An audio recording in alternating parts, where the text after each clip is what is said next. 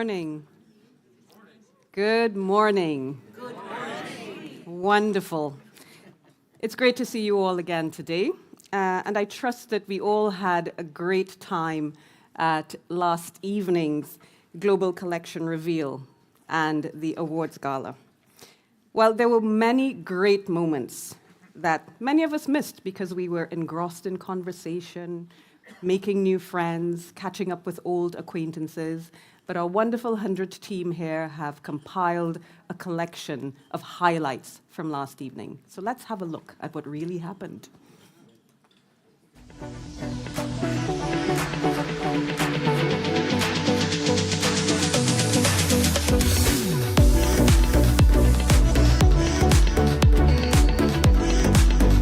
Being here feels completely joyful, affirming, and inspiring.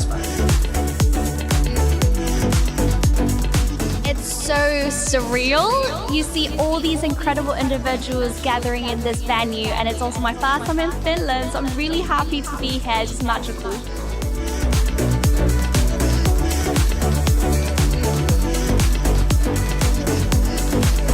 Everybody is very welcoming, especially the HundrED organizers. They are like my co-workers. This is really amazing.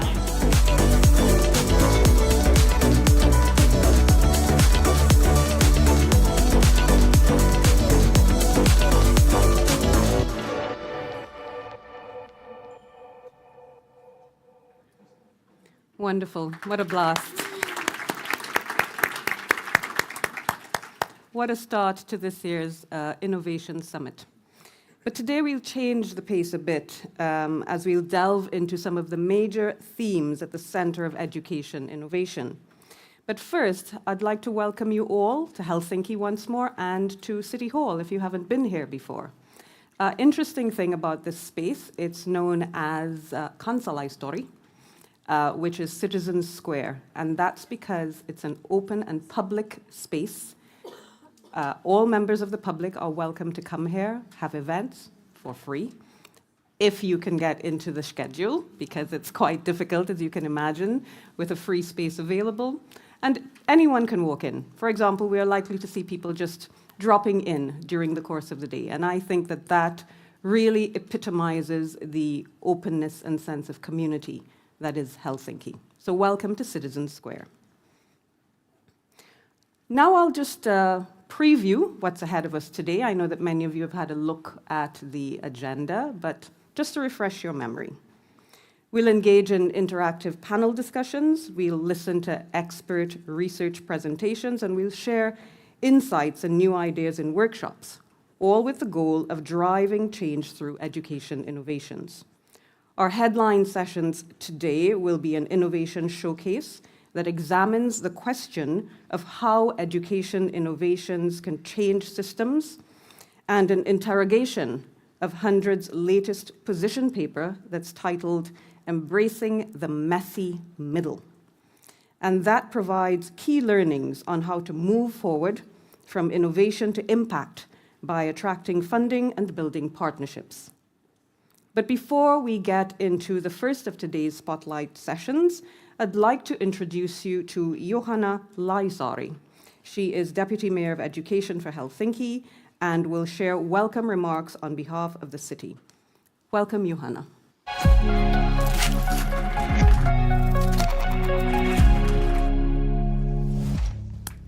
Thank you.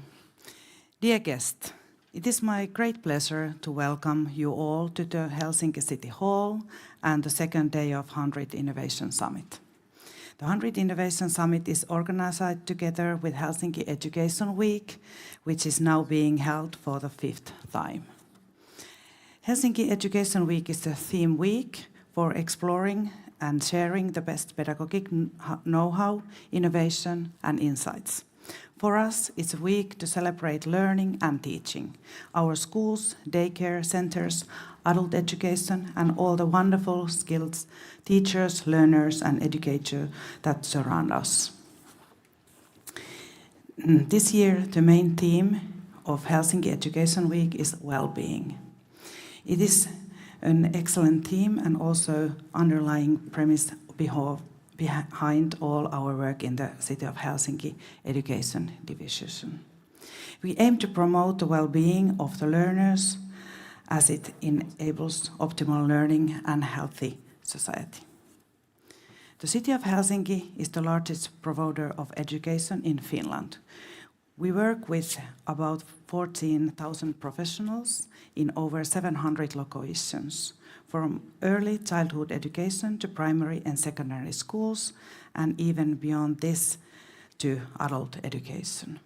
From toddlers to grannies, one could say.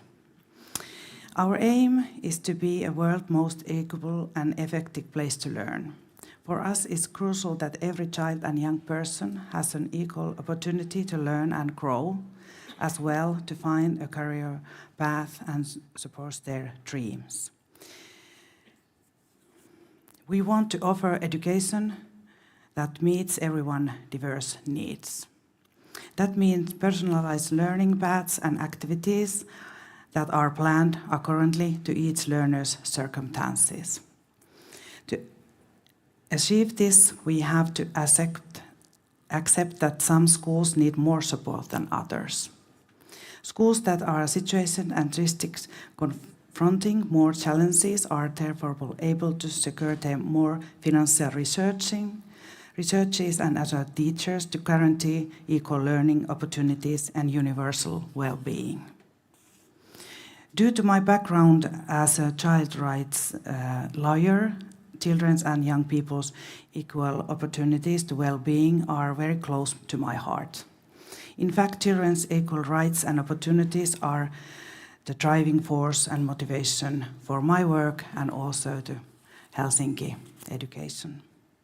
Dear guest, the City of Helsinki Education Division is currently finalizing its education strategy for the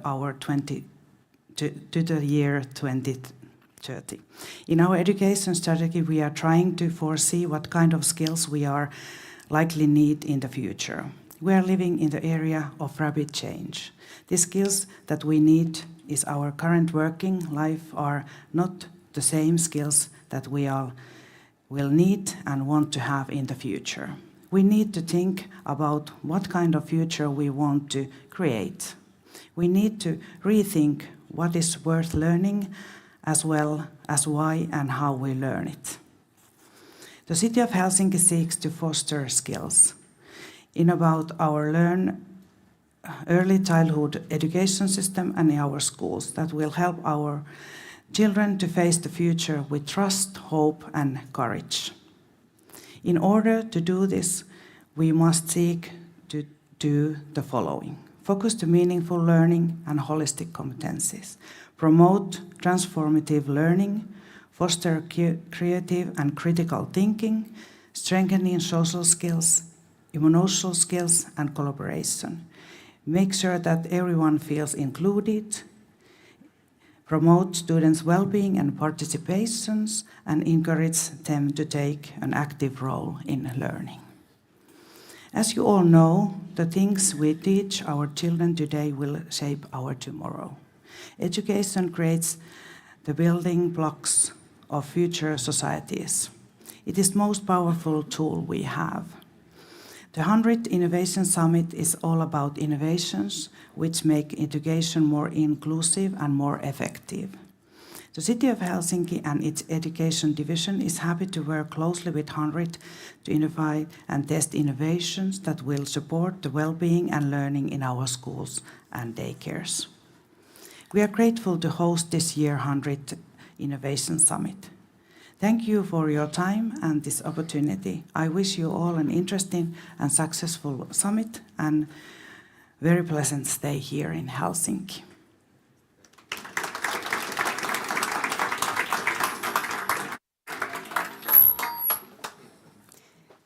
Thank you so much for that warm welcome, Deputy Mayor Laajasaari, and for positioning the Global Innovation Summit in Helsinki Week, and also for sharing with us some of the priorities in Helsinki's education programs. Well, we do know that education innovation has tremendous potential to transform the lives of individuals, but it's not always clear how we can scale that kind of change so that it has a transformative effect across entire systems. Our next keynote speaker will address that challenge as he addresses the question, how can education innovations change systems? Please join me in welcoming Olli-Pekka Heinonen. He's Director General of the International Baccalaureate Organization. He's also a former Minister of Education and past Director General for the Finnish National Agency for Education. Mr. Heinonen.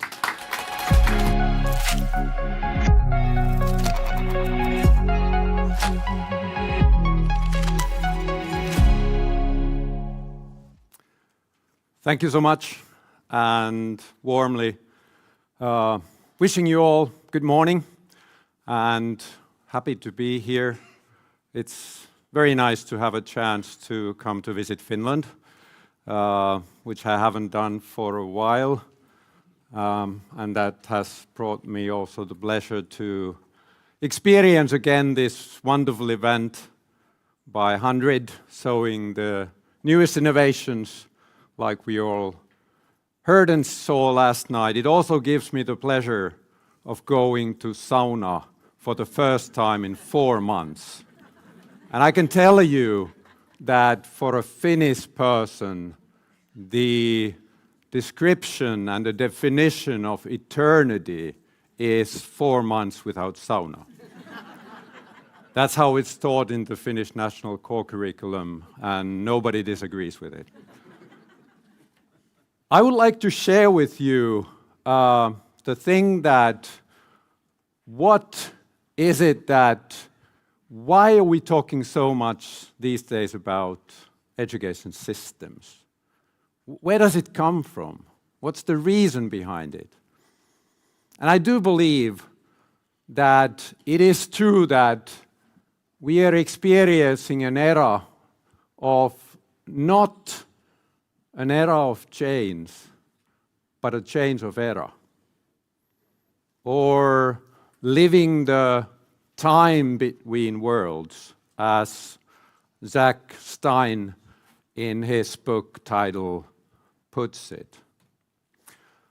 And that is a kind of an era where we see that things that used to work don't work anymore. We all can feel that in different sectors of life. But at the same time, the new, we don't really know yet what are the new things that will work with these new challenges. We can kind of sense that there might be something emerging, but the picture isn't clear yet.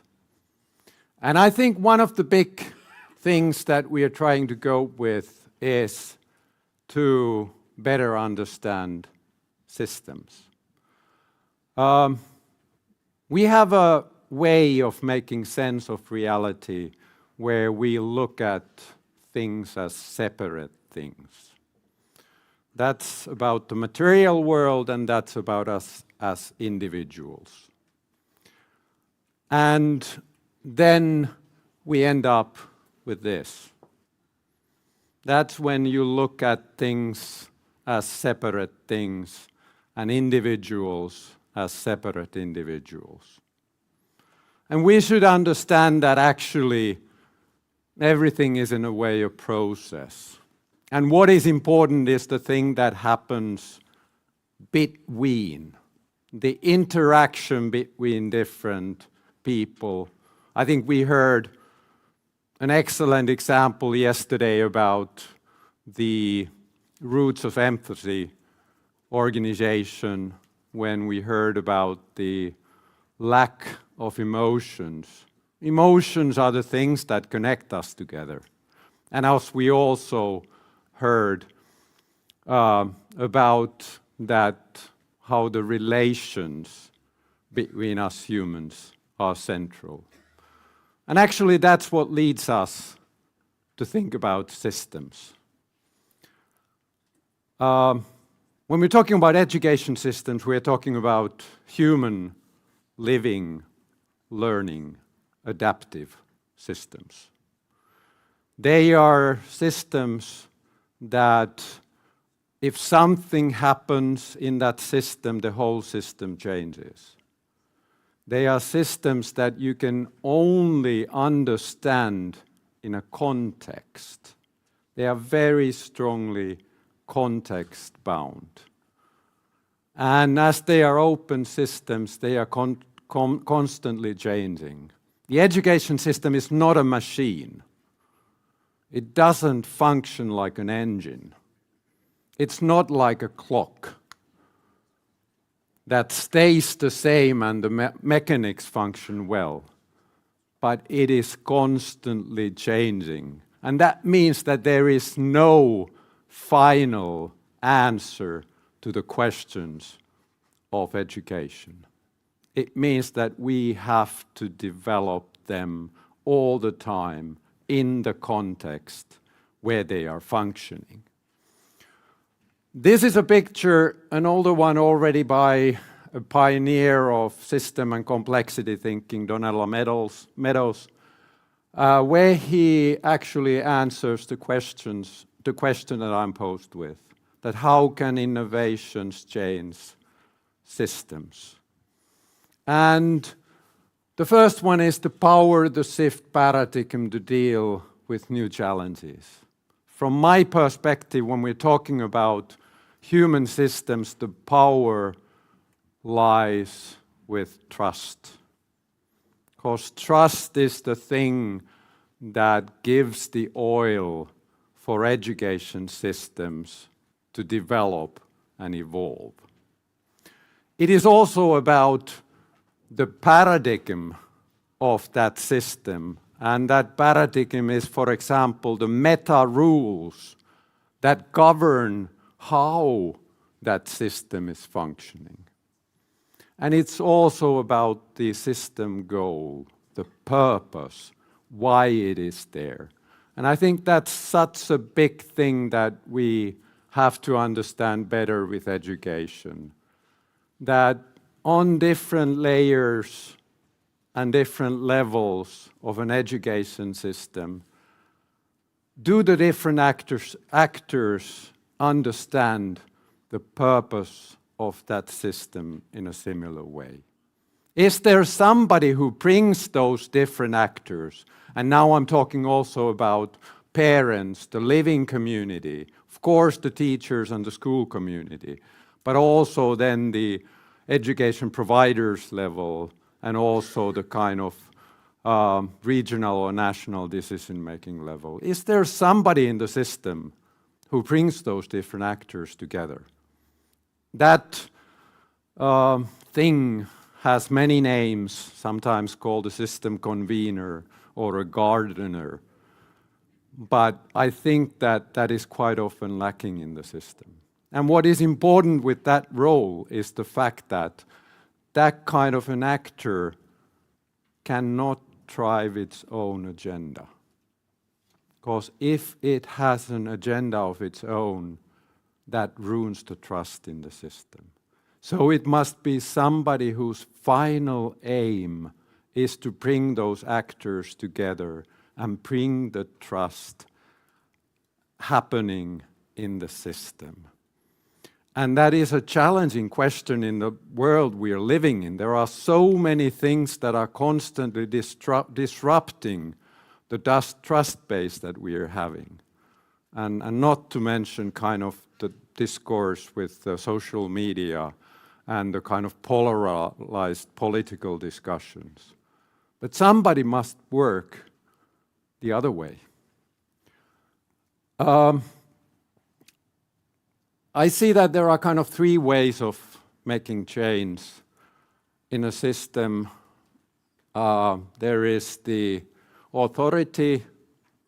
You use the power to make others act as you want. There is the reason.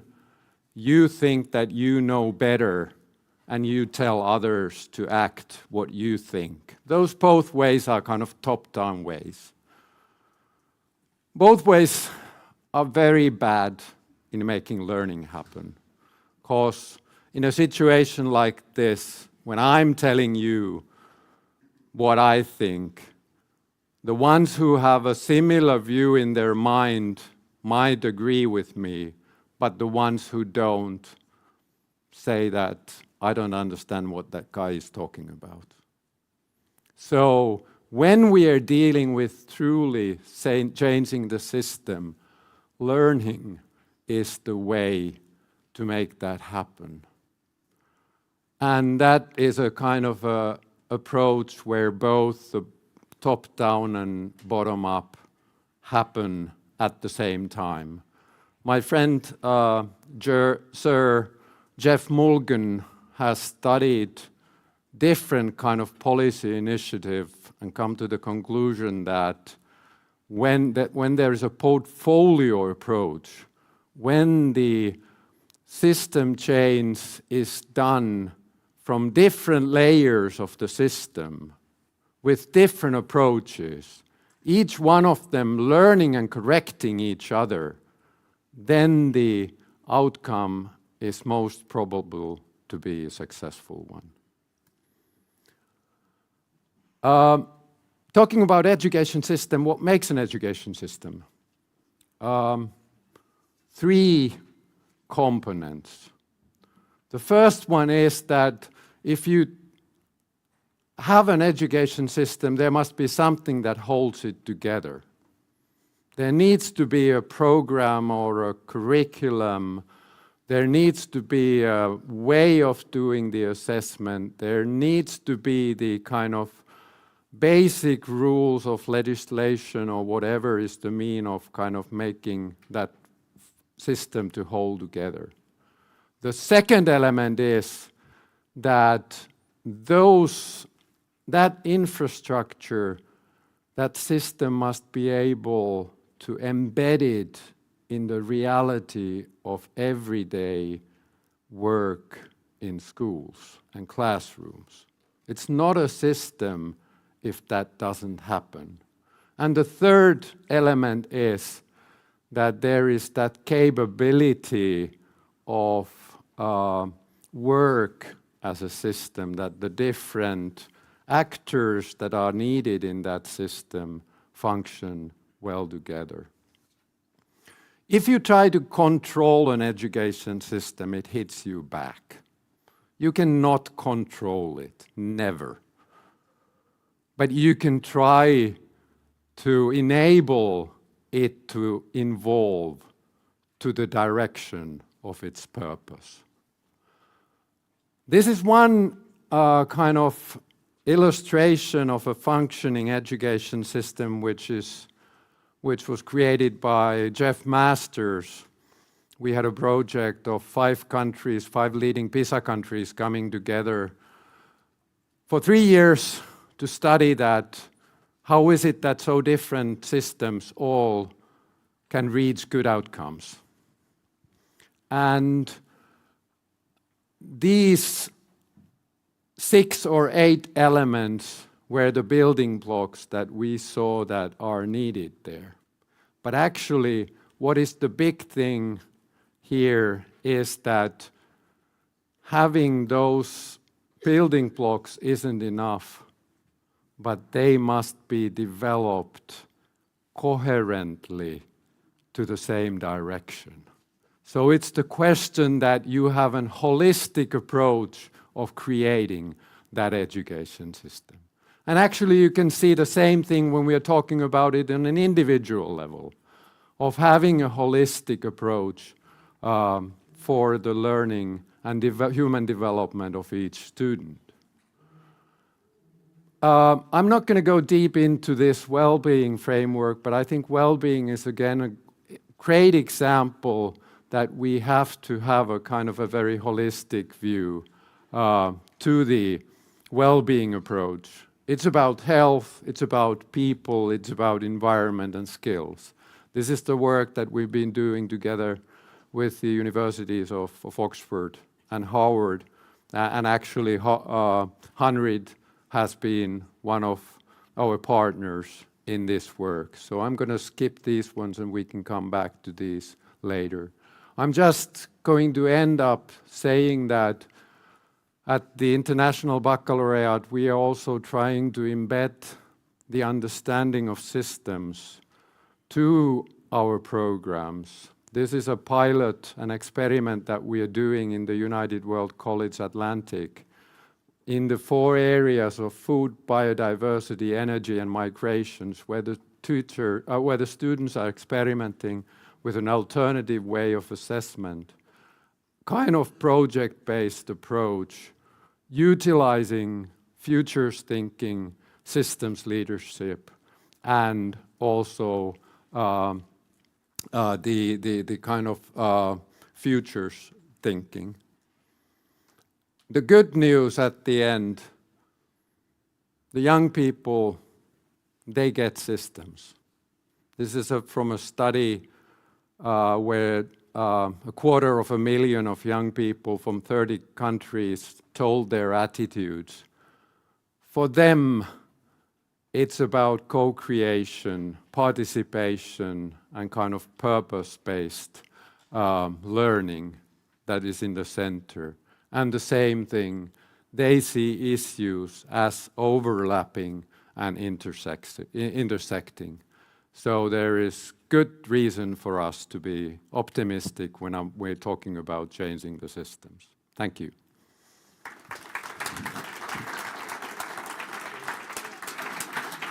Thank you so much. Please remain on stage because I think you're going to be part of the innovation showcase that comes up next. And thanks for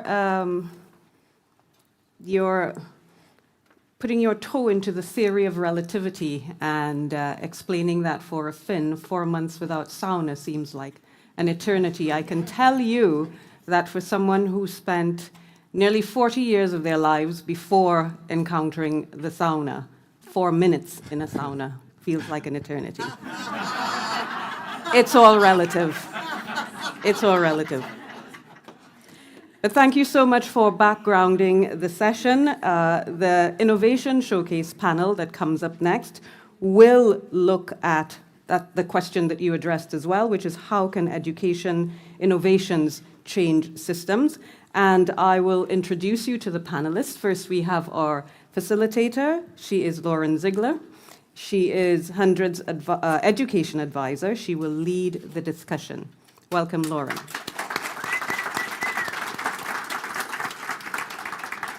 Welcome, Leslie Udwin, founder of the global nonprofit Think Equal. Dr. Asma Alfadala, Director of Research and Content Development at education innovation platform WISE. And last but not least, our home person representing Helsinki and Finland, Marjo Kyllönen. She's Development Service Director for the City of Helsinki. Lauren, the floor is yours. Wonderful.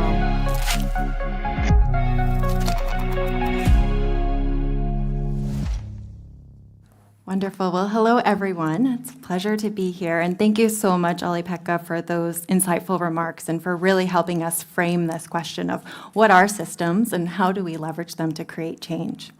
And so it's really great to be here, and it's such a privilege to be here with such a distinguished group. I'm happy to be facilitating this conversation. Our panelists represent a range of insights across different layers of a system and in different contexts. So since we've had the chance to hear from Olli, I'd love to ask our other panelists to please give us a little bit of an overview of how you see this question of innovation changing systems, and especially how it relates to the work that you do. And let's start with Leslie. Thank you. I must first just say I'm so thrilled to be here in this community. My organization, or the one I founded called Think Equal, was one of the 100 collection in 2020. And it was the pandemic, and we had none of this convivial, amazing community. And I'm living it vicariously all over again. So thank you for this opportunity. And just one other tiny disclaimer. On the school visits yesterday, you'll have seen the children in the Finnish schools work barefoot. So I thought, when in Finland, do as the Finns do. Great. And my shoes were hurting anyway. Okay. Innovation. the innovation of Think Equal, which has scaled to an extraordinary degree and continues to scale every week. We're now in 30 countries. 4 of them have mandated this program for every single child in the entire country. They've brought the program into the national curriculum. This innovation was born out of a sense of emergency and purpose. The purpose originally, in brief, was to disrupt discrimination and end violence. It came out of a series of interviews I did in Delhi's Tihar jail with rapists and murderers. And the insights I gleaned from that mind-blowingly dark journey, which was the most luminous journey I've ever been on or ever will be on, were simply this. Yes, education is the most powerful weapon we have to change the world, as Mandela said. But the key question is, what kind of education? And as Olli-Pekka mentioned, it is certainly not the model we currently have and peddle to our children. That is the Industrial Revolution model designed to fill factories. And the education we have is simply a conveyor belt taking children from the classroom to the labor market. In the world we live in today, with the violations of human rights that daily, relentlessly, ubiquitously plague us, how on earth can we be satisfied with that? So there is a missing dimension to our education. We at Think Equal call that dimension social and emotional learning for well-being, psychosocial support, and social justice. And we have designed a program with the founding patron of our organization. I have to call out his name here because he had an incredibly close relationship with Finland. Sir Ken Robinson, who sadly died a year and a half ago, but Ken spent the last 3.5 years of his life generously giving of his time and his energy and his attention to helping us create this very simple, very narrow, small focus program. We only work with children 3 to 6. We are just plowing that one narrow furrow, which is about foundational brain building, laying pro-social neuropathways in a co-creation of learning with our youngest, our most vulnerable citizens. It's very simple, this program. It has 3 components. It has books, 1 book every week. Yes, it shoots literacy up, but that's not our purpose. Our purpose is to shoot up moral compass and the 25 competencies and skills we teach our children, environmental stewardship and gender equality and racial equality, self-esteem, all 25 competencies and skills which are needed. That's inclusion. This, which we wrote with the World Health Organization, deals with anxiety and bringing those levels down. I'm not going to go on. The other component is lesson plans. Teachers are overwhelmed, especially in the early years. They are undervalued, under-respected, underpaid, and we cannot expect them to know how to mediate a new subject that has never been taught before, that they have never learned. So they need the tools in their hands. They need our support. They need everything they can get. How did we scale? In 1 minute, please. We scaled because the need is so great. We scaled because the purpose has integrity and was recognized. We scaled because, and this is the most fundamental reason we were able to scale, because we designed the program to scale from the beginning, because we knew if we don't scale, we fail. At the end of the day, you have 10 drivers on a highway, and if one of them has not learned how to drive with consideration and respect, you still have that accident. So it was designed from the start. We knew we were in an emergency and in a rush. Yes, of course, reflection is important, but we've done that as we have built the plane and are flying it. I'm going to stop now because I think I'm running over time, but I hope that gives something of an overview. Thanks so much, Leslie. It's great to hear the passion that you bring to this, and hopefully we'll have more time to come back to you. Dr. Asma. Well, first of all, thank you for this opportunity, and it's really hard to speak after Leslie and the great keynote from Oli Becca. So I really want to focus today on the process of implementation and the practical side of implementing innovation based on my research experience and teaching experience in the last 25 years. So I started my career as a teacher, then moved and worked as a school leader, then focused on the policy level, working with policy makers for the policy makers. As I said, I'm really interested in advancing and investing in the how, the process of innovation, the process of implementation, and I think this is the core message of the messy middle report that HundrED just published. So my research in the last 25 years focusing on capacity building for school leaders and teachers. I agree with you, Oli Becca, about the bottom-up approach and the top-down approach and how we can have alignment between both. I'm also interested in educational leadership, especially the agile leadership, and I talk more about this in details. The focus of my PhD work and my first book looking at the role of school leaders as implementers of the educational reform in Qatar, in my country, and the challenges of the implementation, especially during the complexity and uncertainty. Now I work as the Director of Research. I've been leading the research agenda at WISE, the World Innovation Summit for Education. It's an initiative of Qatar Foundation, and innovation is the DNA of what we do. We will have our summit end of this month, so this is an invitation for you all to join us and contribute with our global community. 3 months ago, I joined one of the universities in Qatar Foundation, Hamad bin Khalifa University, as an assistant professor to teach master and PhD students public policy in education. And at the core of what I teach, preparing future leaders, equip them with the skills, mindset, and tools, working at different levels to implement and have impactful, sustainable implementation.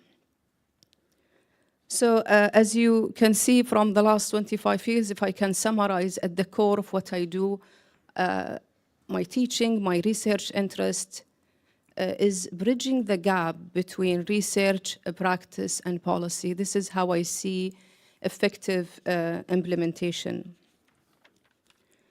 One important point I want to highlight here based on what Oli Becca mentioned about the learning through the process of innovation. Innovation either, as Leslie said, implementing social emotional learning, well-being program, or any program that we hope to bring to a system. I think we should differentiate between implementation as delivery versus implementation as learning. This is how we link between theory and practice. What I mean, we want to introduce to our systems a non-linear process, an agile process where we encourage teachers, and I'm glad to have teachers here, part of our discussion today, to provide the conditions for them to test new ideas, incubate these solutions. The whole idea of the messy middle report is the incubation phase. What did we learn? What can we learn from this messy process during the incubations? and support teachers through continuous learning, continuous feedback that steer the improvement process. So that's the type of learning we want to focus on. Yes, we all need to understand what to innovate, how to innovate, and the why, but also the human factor, the human aspect of it, which is the who. Who here are the people who will implement the purpose and the process. So this is, I think, an effective implementation. 2 additional points here, the role of leadership. We know from the literature, from my own research, I have been looking at different types, different definitions of leadership, either agile, collaborative leadership, instructional, distributed, multi-distributed leadership. At the core, what we need to focus on, taking the action that Leslie is talking about here.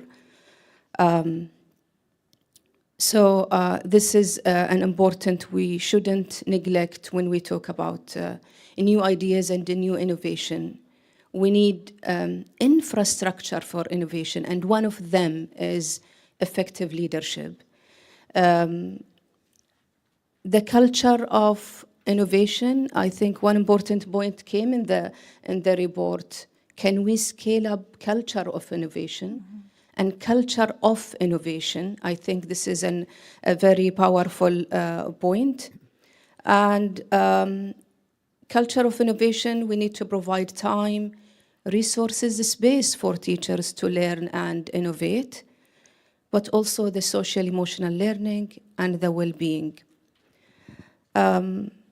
Regarding the leadership, which is the core of what I do, in 2017, I founded a global network, All In, Agile Leaders of Learning Innovation Network, with different partners around the globe. And now we are in the final stage of publishing a report about educational leadership and transformative education. To summarize my main point, number 1, in implementation, we need to bridge the gap between research, policy, and practice. Number 2, it's a linear process. We need to focus on why, what, invest in the how, don't ignore the who. And finally, I advocate for evidence-based policies with the support of excellent leadership. Thank you.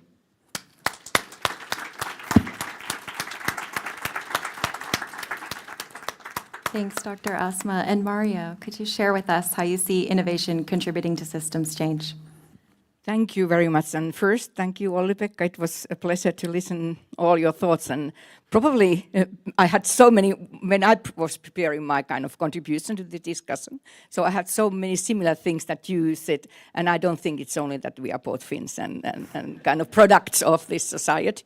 Also, Leslie, just like to kind of agree, I can't agree more that social emotional skills, they play a crucial role when bringing up our future and future citizens. And actually, what our Deputy Mayor, Johanna Laisari, mentioned, that we are in the edge of publishing our Education 2030, Helsinki Learns Future Competencies, a strategy paper, and there we have come to an understanding that there's no well-learning without well-being, and you just can't kind of foster the academic skills and key competencies. You have to focus on social and emotional skills. They are kind of parts that can't be separated, and actually, if we neglect the social and emotional skills, so we are not as we can't sustain in a nutshell. And also, I think you covered a lot what I had in my mind.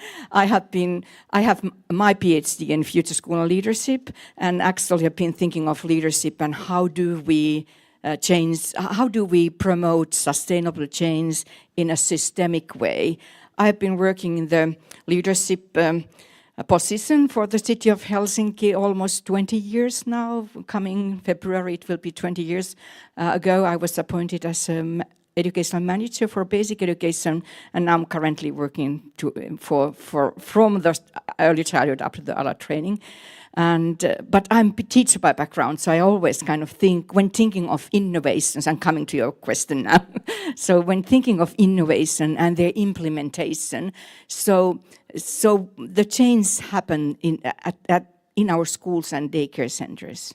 And we can have high speeches and ideas, but if we can't, as you pointed out, if we can't kind of scale them and implement them for everyday practices, so then they are nice thoughts, but they doesn't have any added value, or they doesn't give any added value to our students and children and young ones. So when thinking at the city level, so we kind of have to think, as I think our deputy mayor already mentioned, that our objective is that all our schools and daycare centers, they are good.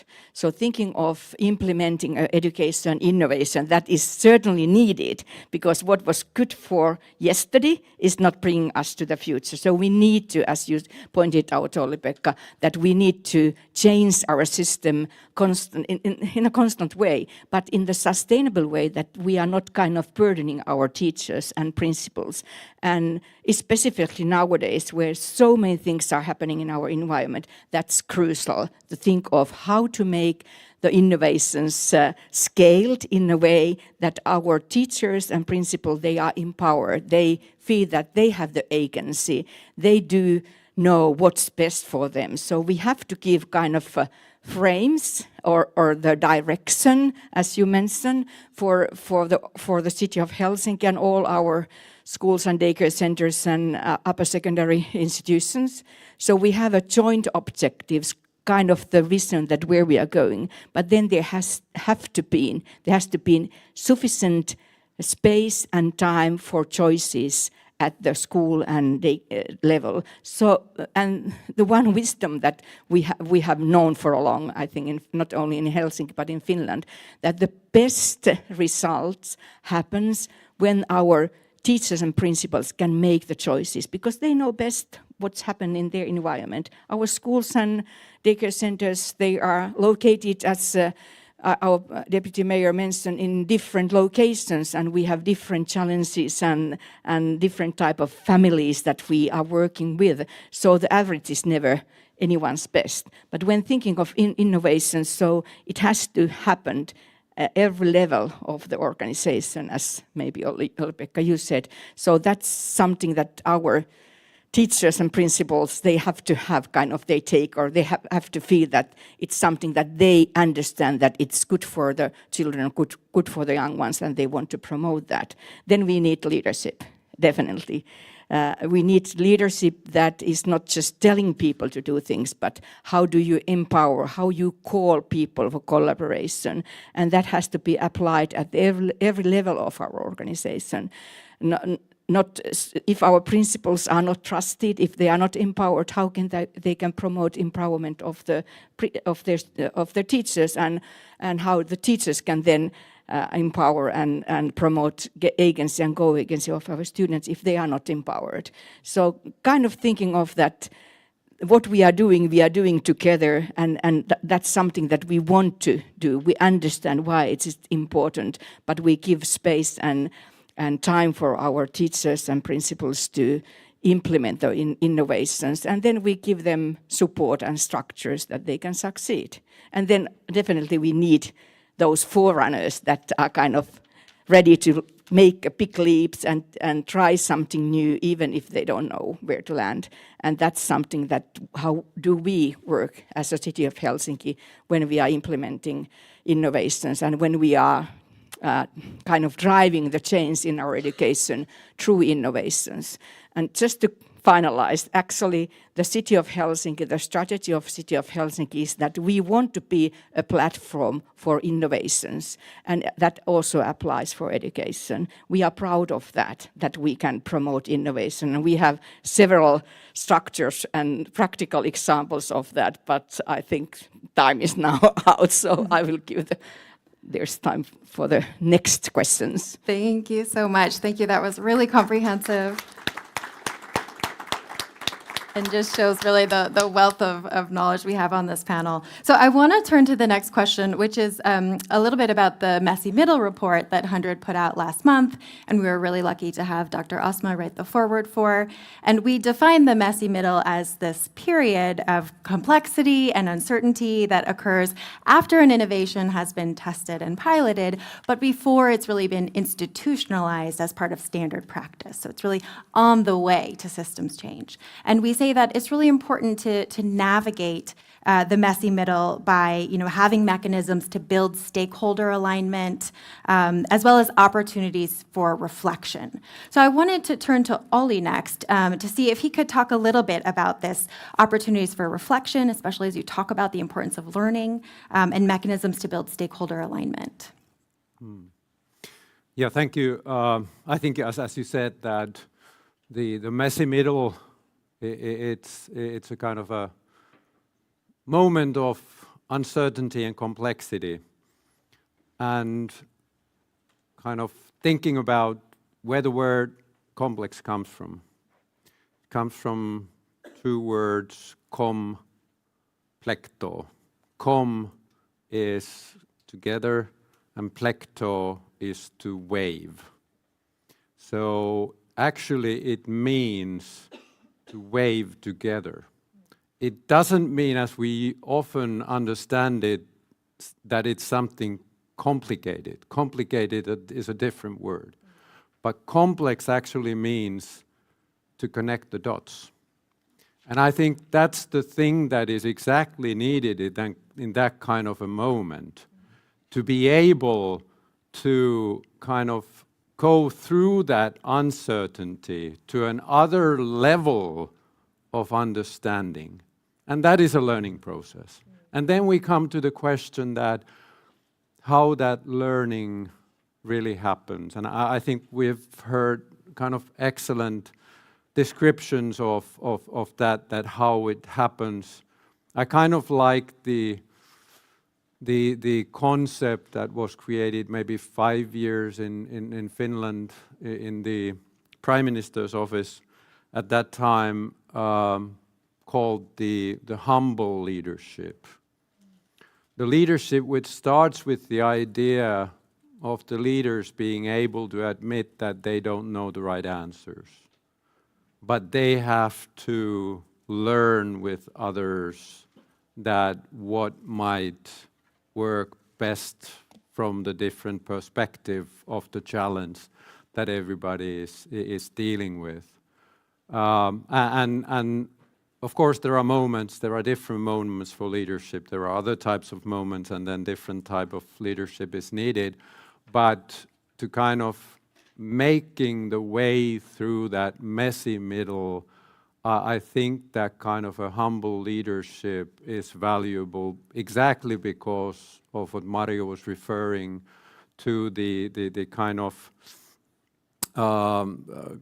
empowering that needs to happen. And then it's actually the role of the leader really to kind of make the half-cooked decisions that actually are almost ready to be kind of plucked away, that the people in the system have come up.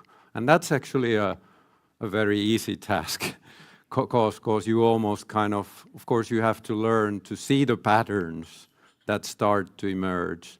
But it's really then the people and the system who gives the right answers, what you're looking for. Mm-hmm. Thank you. And Mario, maybe you could talk a little bit more about how you have built stakeholder alignment in Helsinki Education Division. Yes, thank you. Happy to share with you. As mentioned, so we have been in the process of building up objectives, strategic objective, how to develop education in Helsinki till 2030 and beyond. And this process started 2 years ago, and our genuine kind of will and what we want to do is that people are involved, that people are heard. I would say people are heard. And that's something, sometimes we say that, okay, we involve people, we arrange them seminars, and then we tell them what we are thinking, and then something that you mentioned, Olli-Pekka, that then people, those who are already believing this our agenda, so they believe, but those that are not believing, so they are saying, no, what is that lady telling, and nonsense, and I'm going to do business as usual. So we started with a lot. We have had during this almost 2 years' time, we have had different occasions when we have sat down and listened what our leaders, principals, and other leaders have to say, what they have in their mind. And the simple open question has been that what are the future skills needed, what are the skills needed and competencies needed in the future? And how do we build a operational culture in our daycare centers and schools that promotes, that allows these skills to grow, and nothing else. And then we have been just listening and writing down what are the thoughts that people have. And we have done with our leaders, we have done several iterations. We have invited our teachers to discuss with us. We have discussed with our children and young ones and students and ask them, what do you think that, what is the best future for you? More than 3,000 students were, children and young ones were involved. And then we have called our parents to discuss with us. And with this process, I hope we have 15,000 actually professionals working for the City of Helsinki Education Division. So obviously not all of them have been actively involved. But with this process, we hope that now that we are almost ready to launch, what are the outcome of these discussions? Plus we have reflected it to educational research and some documents, global documents like OECD, Learning Compass for 2030. So we hope that when we are starting to discuss with our teachers, and we have involved also the Teachers Union and our, and so that this is something that people can feel that, okay, that's what we have been talking. Let's now implement it. Let's now put it in practice. But it's really important that you have patience to listen, because we teachers, we are really capable of talking like 45 minutes without any pause. So listen and respect and create an atmosphere of trust so that people are not afraid to give some of their opinions that might be kind of contradictory what you are thinking of. And the best feedback what we got from this discussion was one teacher said that, the teacher said, not only one, that really, this was marvelous. You were listening to us. You didn't make us to make some workshops and writing down. You just listened what we had in our hearts. Thanks so much, Mario. I really love that story, the power of listening. And as Olli said, the power lies with trust. So I'd love to dive in a bit further to this question around trust. And I'd specifically love to hear from Dr. Asma and Leslie. How has building trust and gaining trust really been important in the work that you've done? So let's start with Dr. Asma. Yeah, thank you. Just to link this question with the earlier point about connecting the dots. And the difference between complexity and complicated. Because we are looking to have an environment, a healthy environment that allow everyone to learn. So building trust, I think it's part of the infrastructure for innovation. We need to build the trust. So I want to share lessons learned from personal experience. during COVID-19. At that time, I led 2 projects, one with 3 schools and one project with a system. And I want to share what did I learn from this as a researcher, but just to highlight why do we need to build the trust, why it is important.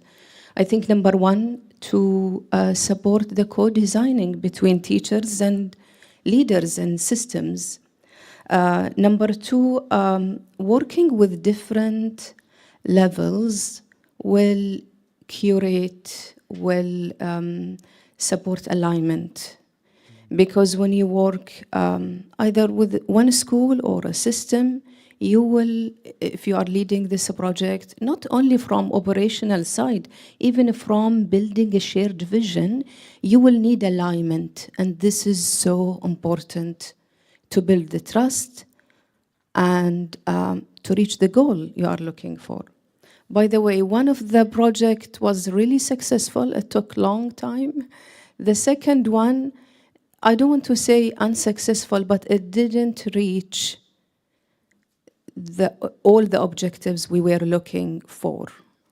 Number 2, why do we need the trust? Number 3, strengthening the goal of implementation. And this really came clearly in the messy middle report. What did I learn? I think that helped me to lead teams and projects in a more impactful, effective way. Number 1, we need to make it easy to start with. Any innovation, you need to start with an easy process for everyone to understand. You need to make it simple. And if you look at the literature in business, you will have great ideas about the importance of starting small to have bigger change. Number 3, building the capacity. 4, enable progress. And finally, curate social learning. I really like, Mario, the point you shared about when teachers see the impact or the evidence, they will say, that will work in my context as well. So we need to consider the social aspect of learning. I want to end with the approach I use with local schools in Qatar when I design and implement capacity building, the agile method, and I published several reports around this. We need to start small, fail well, and learn fast.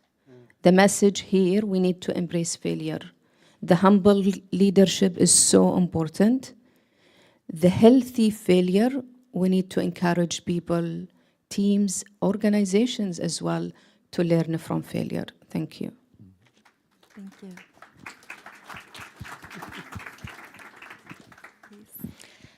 It's a very challenging question, particularly for me, because you can see that our mission at Think Equal is one which demands agility, alacrity, swiftness, because we consider the house to be burning and we need to deal with it now. Trust building takes a hell of a long time, as does training teachers. We could sit for decades trying to teach teachers how to mediate social emotional learning. Brand new subject. How on earth do they know how to get up and teach it? But we haven't got decades. H.G. Wells said, civilization is a race between education and catastrophe. And I haven't heard anything truer than that. We are hurtling towards catastrophe every week, every day. And so we need trust, of course we do, and we need to build it fast. And I think what has helped us at scale, because we are not working directly with the parents, we're not meeting the parents. We work only through partnerships, so partners in every country we work in, And we work closely with the partners who know the context and are working closely with the teachers and the education ministries, because of course, as everyone has said, top down, bottom up, all together to achieve the purpose. So I think what builds trust is integrity of purpose and unity of purpose. We can all smell integrity at a mile off, right? And we are absolutely inured to not trusting. We don't trust facts anymore. We don't trust politicians. Why would we? We don't trust men who have led us into wars again and again. We beg for women to lead, but none of this is happening. So if we have unity and integrity of purpose, trust comes. I was last week in South Africa, where we are building fast through 3 provinces so far. In the Eastern Cape, 4,100 grade R classrooms, and I was filming one of those classrooms, and then in the Western Cape, one of the nurseries, ECD centers in Khayelitsha, which is a township in the Western Cape. Mothers came and gave their testimony. One mother said, since this program, my daughter has saved my family. I was in a depression. She comes home and teaches me how to breathe and how to move from the red of anger to the green of calm, from the blue of despair to the yellow of joy. And children as agents of social change. It's actually happening. If you have a program that has been put together by some of the world's top brains, people who care, people who have integrity and have purpose, that program's going to build trust. The children come home and the parents trust to the fact that you're there for the good and the well-being of their children and indeed their families. Another mother said, and then I'll end, because I know we're short of time, said that her little girl has never been confident. She has 2 older brothers and they do the talking for her. She came home after 3 weeks of this program and the mother said, I was bowled over. Suddenly, she has found her voice that I've never heard before in 4 years. And I was angry that day. I was in a bad mood. She said to me, Mummy, you must be patient with me. You must talk to me with kindness. Now that could have turned the mother into, what the hell are they teaching my child? What are they doing, trying to make my child turn against me? But no, because love prevails, even in the worst of families. Everyone wants happiness and well-being for their children. And when the system and all the stakeholders work together with purpose, when you persuade that education minister that it will be his legacy for his country, it costs the same to give this program here to 48,000 children as it costs in England to incarcerate 1 violent offender for 1 year. What are we talking about, really? Trust.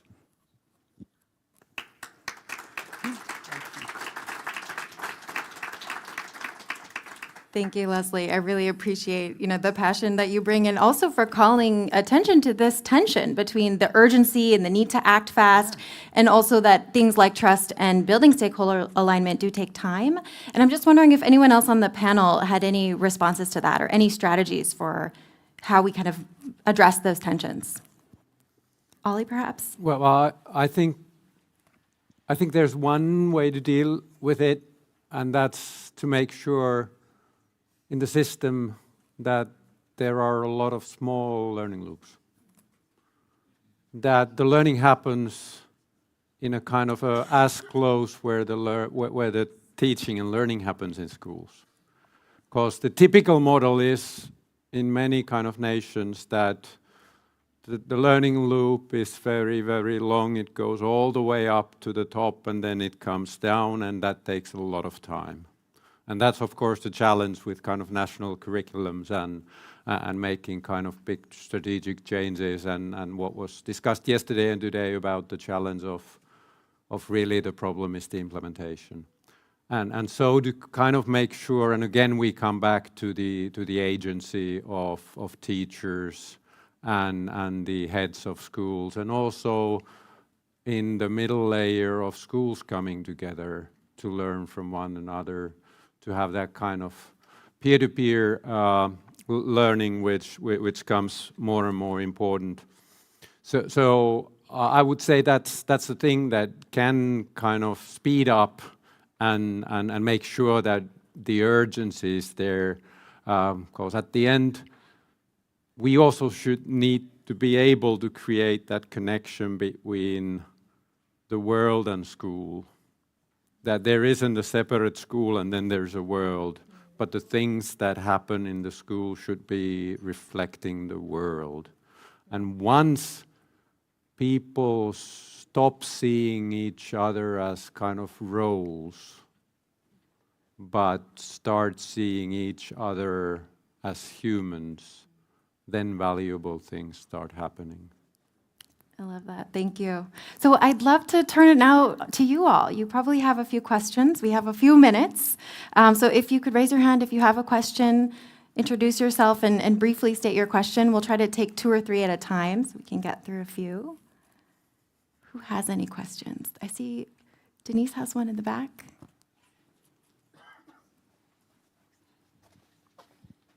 Thank you. Sorry if I seem greedy. But this is a question that actually is coming from the live stream chat, and I thought that I would facilitate this individual. And the question is, I'm curious to know what the panelists think about applying these frameworks to third world education systems, which are obviously contextually very different from first world countries. Thanks. And can we take one more and then we'll get into that? And maybe building on that question, specifically for Mario, but others are welcome to answer as well. So empowering teachers, there's the kind of the methodology for doing that, but then there's also the capacity to do so. So the balance between, or is the risk of giving a lot of autonomy and freedom if the system and the teachers and the principals don't have the skills and ability to deliver with that autonomy. How do you see that balance, and what's the right sequence of things? Great, let's stop there. And Leslie, why don't you take the first question? The whole question of contextualizing and dividing us by these this nomenclature that says this is a developed country, this is an undeveloped country, it's absolute crap. There is no such thing as a developed country, not one of them. If England, where I come from, so I'll have the cheek to talk about my own, as it were.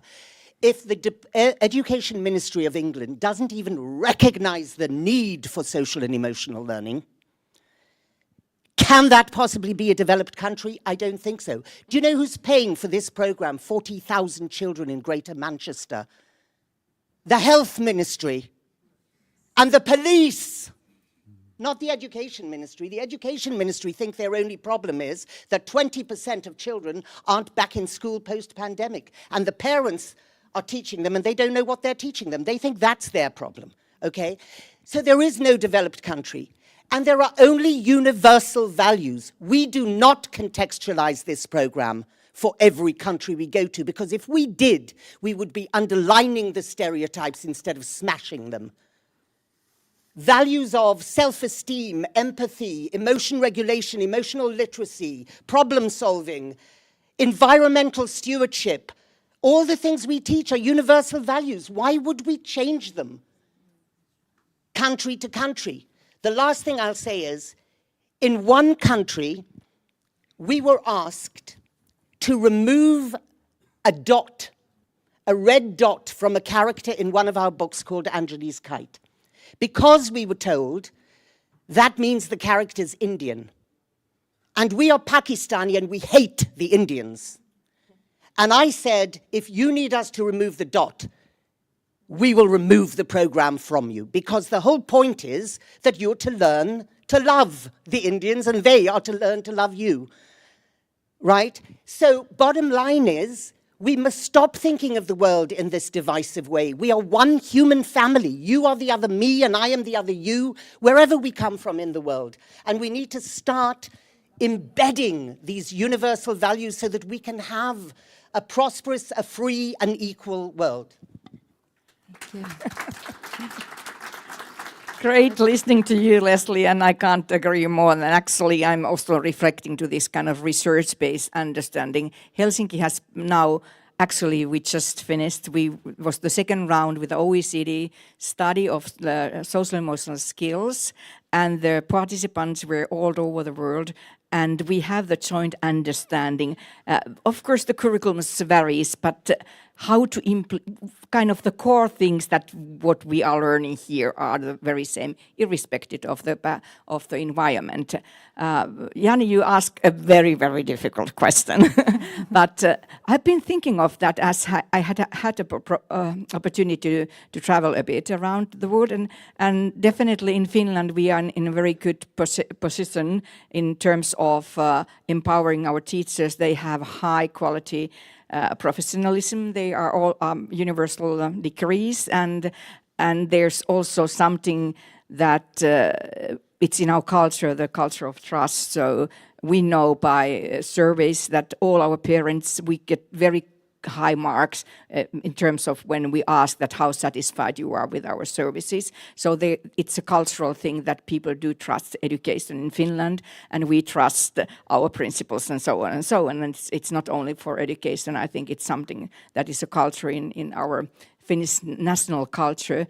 But coming to this empowerment of teachers, so I think one thing that can be changed and kind of not directly copy-paste, but in Finland and in Helsinki, we don't believe in ranking and inspecting.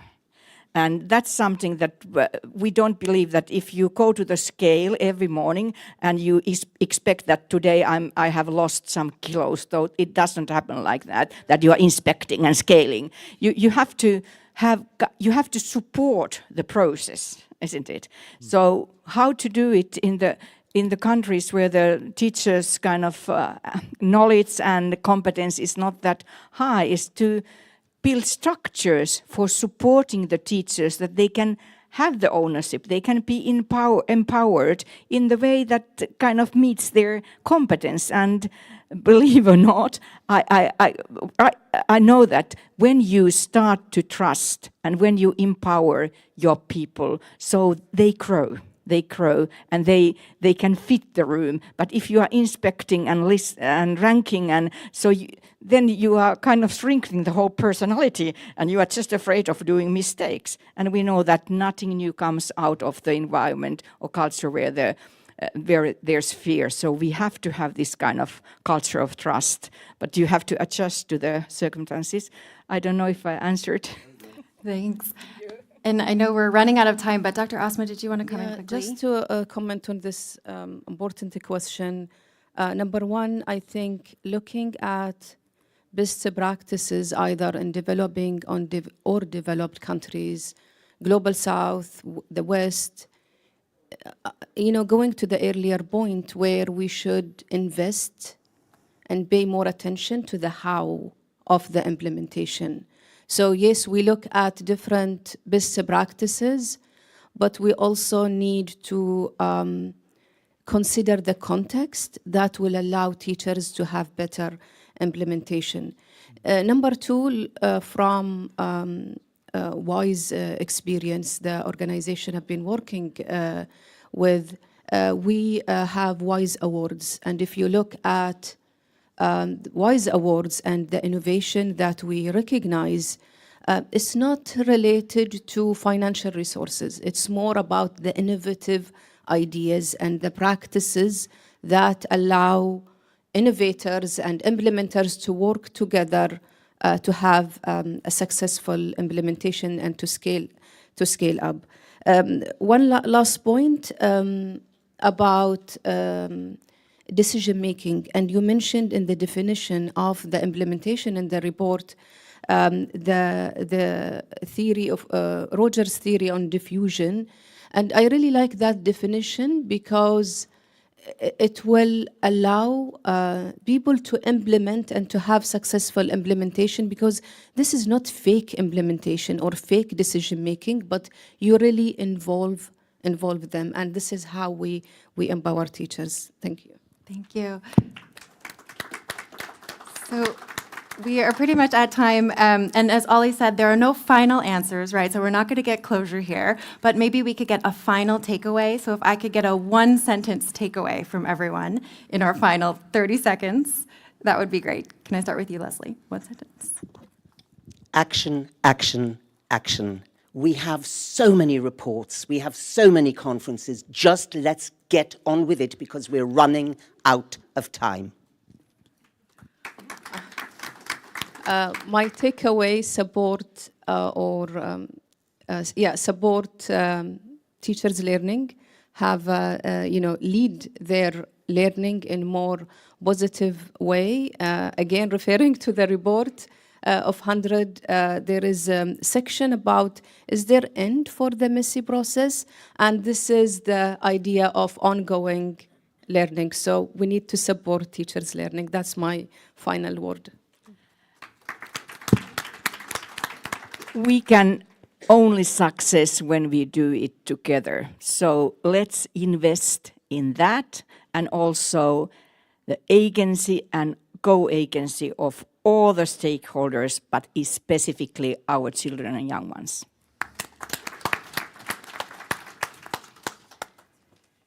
Well, maybe I would kind of refer to the last question or the question that Denise asked. I think that the central question is that education systems, they function in a context. And so understanding the context is the key. Those people living, for example, there was a reference to the Global South, they are the best experts what it is to live in that context. What are the different ways of knowing, being, connecting with each other, becoming? And that's what we should respect. And not to try to push from top down that you need to do something, but support that kind of knowledge and being human to flourish. Thank you.